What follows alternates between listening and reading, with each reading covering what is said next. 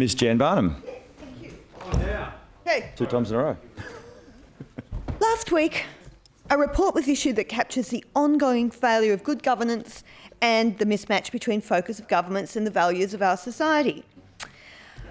I rise to speak on the New South Wales Government's Intergenerational Report 2016 and its failure to live up to the title of Future State 2056. Governments have a responsibility to look at the well-being of future generations. Their decisions and policies should not be just about what they deliver in the 4 years between elections, but the opportunities and quality of life that they ensure our communities will enjoy over the years and decades to come. A forecast of societal changes and challenges over the next 40 years should underpin everything a government does. So why is the Intergenerational Report such a disappointing reflection on the priorities of the current government? Let's begin with the absence of any recognition that our future well-being depends on the state of our natural environment. The environment plays literally no role in the government's model of the future.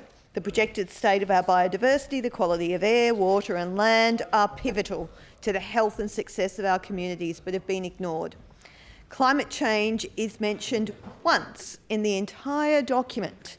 And last night my colleague, Mr Jeremy Buckingham, pointed out the truly incredible assumption that we'll continue mining more and more coal and selling it at ever-increasing prices. Incredible, it's fantastic. A recent analysis by Carbon Brief shows that at current global emission levels, our carbon budget for keeping a 2 in 3 chance of limiting warming to 1.5 degrees will be exhausted in just over 5 years from now. There is no more urgent challenge facing our society than climate change, and we need to seize the opportunities to lead a rapid transformation.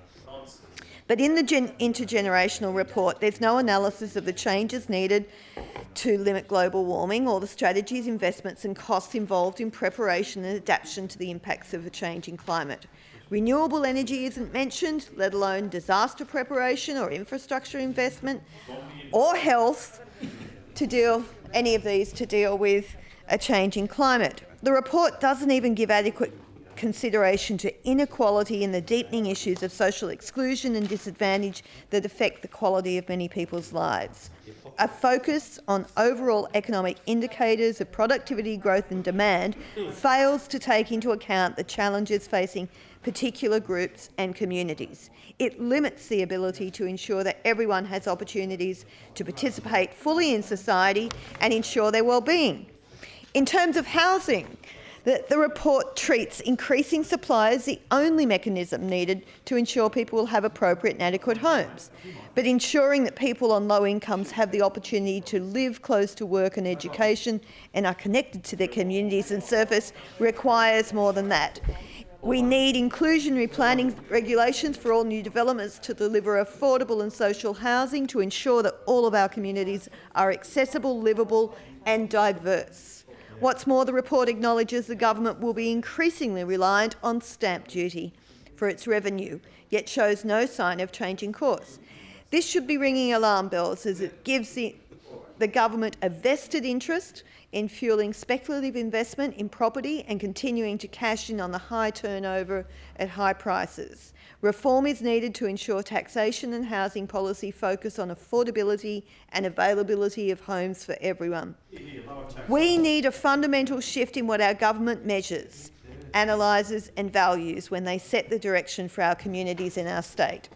New South Wales should look to its namesake in the United Kingdom. In 2015 and 16, the Welsh National Assembly has implemented a Wellbeing of Future Generations Act that ensures a focus on long-term social, economic, environmental and cultural outcomes, and an Environment Act that promotes climate action and sustainability.